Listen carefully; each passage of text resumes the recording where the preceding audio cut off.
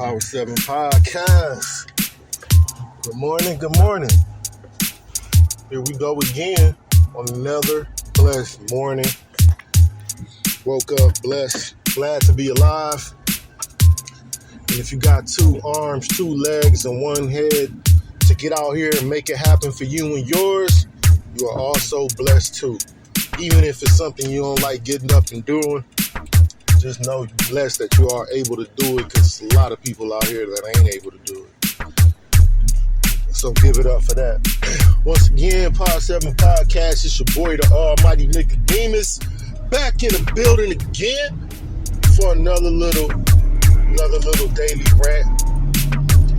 In today's morning topic, music theory. So there's been a thing going on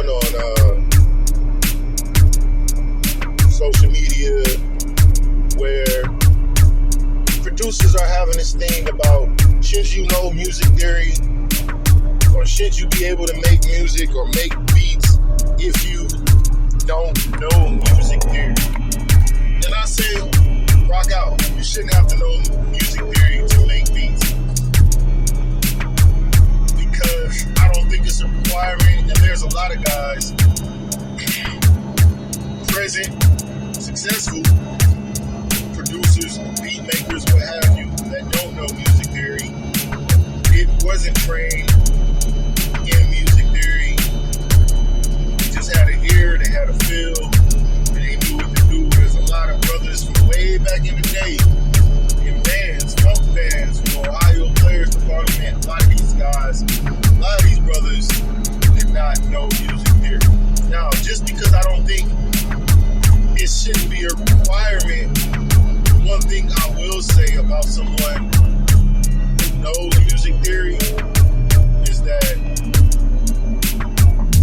you have an advantage, because you've been trained into understanding progressions. You've been trained to understand chords and what have you. So I wouldn't knock somebody for knowing music theory, because they're going to have an advantage. And if you get into music, the deeper you get, the more success you have. I'd challenge anyone saying that they're not going to end up going deeper in learning music theory just so they can learn certain things to get better at their trade. You're going to pick up things along the way. But the discussion of should people know music theory, is that a requirement? I say no. I don't think it should be a requirement or a standard to hold people to. I don't think it's fair. I think the guys that do know music theory, that try to talk shit like that, it's just a flex. I think it's just them wanting to flex. And of course, we in the age of social media. A lot of people just want engagement. A lot of people just want to troll. But I don't believe it makes anyone a lesser producer if they know it. I don't think it makes them a greater producer if they know it, or if they don't know it. You understand what the hell I was trying to say. But yeah, I think it's just a flex for guys who know it, to flex on guys who don't. Do it for engagement. Do it for trolling and just talking shit. It's no different than, here's a beat maker or a producer, that whole conversation. A beat maker can be a producer. Doesn't necessarily mean a producer can be a beat maker. Doesn't necessarily mean a beat maker can be a producer, So I just think it's a flex. I think it's a weird flex. Let people rock out. There's a lot of guys who are not trained. Knowing music theory just means you were trained, you were learned to play a musical instrument, and you learned music, or you took a class. That's all it means. If you know music theory, it just means you had some type of training. You sat in a classroom, somebody taught you notes. This where this goes, and this where that goes. That doesn't mean it doesn't take some type of understanding of music theory to actually create music. Because a note that doesn't sound right. A progression that doesn't sound right. You have to actually know and have a feel where those things go. And I think that feel of it also, I think you also have to have that even if you know music theory. And I think just because you know music theory don't mean you finna make some shit that's fire. It doesn't. You might understand them, but you might not know what the feeling is. That feel is always gonna matter. Always. But yeah, that's just my objective or my perspective on the whole music theory thing. If you do know it, like I said, that's an advantage. If you don't, you probably will learn if you have success or you get deeper into your craft. So I think it's just a silly conversation. I think people just do it for engagement. Some people do it for flex. Some people do it for troll. That's why they start these things up online.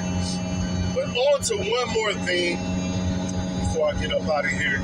Nelly has a clip that's been circulating yesterday about how when he was out, it was more competitive because it was Jay-Z, Eminem, 50 Cent, like these are all these DMX, the 99, early 2000 rappers. Now, I'll say this because if you listen to my show, you know I'm not a fan of early 2000s mainstream hip-hop. But I will say this, Nelly was right. The competition was really stiff. That era, 99 to early 2000s, that era of hip-hop, mainstream hip-hop in particular, that is mainstream hip-hop's at its highest form. The numbers it was doing, the money it was generating, it is hip-hop highest peak in mainstream. However, I will also say that is the beginning of where we're at now if you're a person who doesn't like mainstream hip-hop. That is the beginning, because that is the beginning of money being pushed into hip-hop, and that is the beginning of you don't have to be original anymore.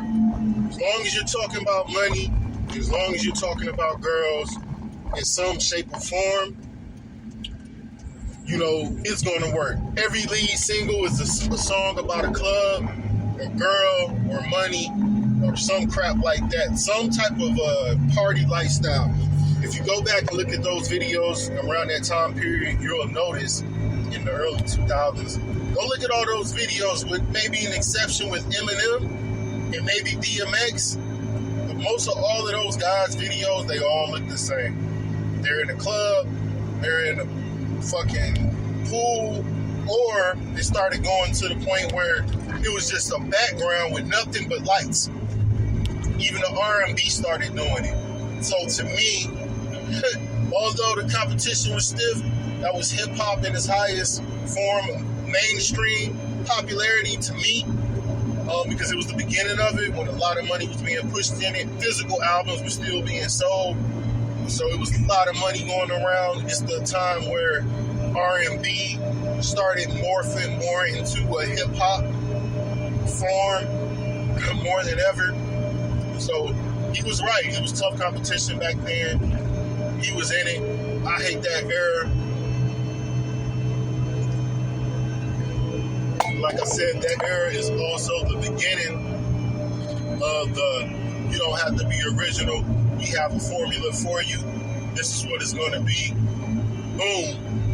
You're going to get played on 106 and Park for a month, on the radio, in the clubs. It's the beginning of that. Beginning of where we're at now. So if you don't like it now, look at the industry back then, because this is what's gone where we're at now. But that's all I got for y'all this morning. Once again, it's the Almighty Nicodemus Power 7 Podcast. Peace.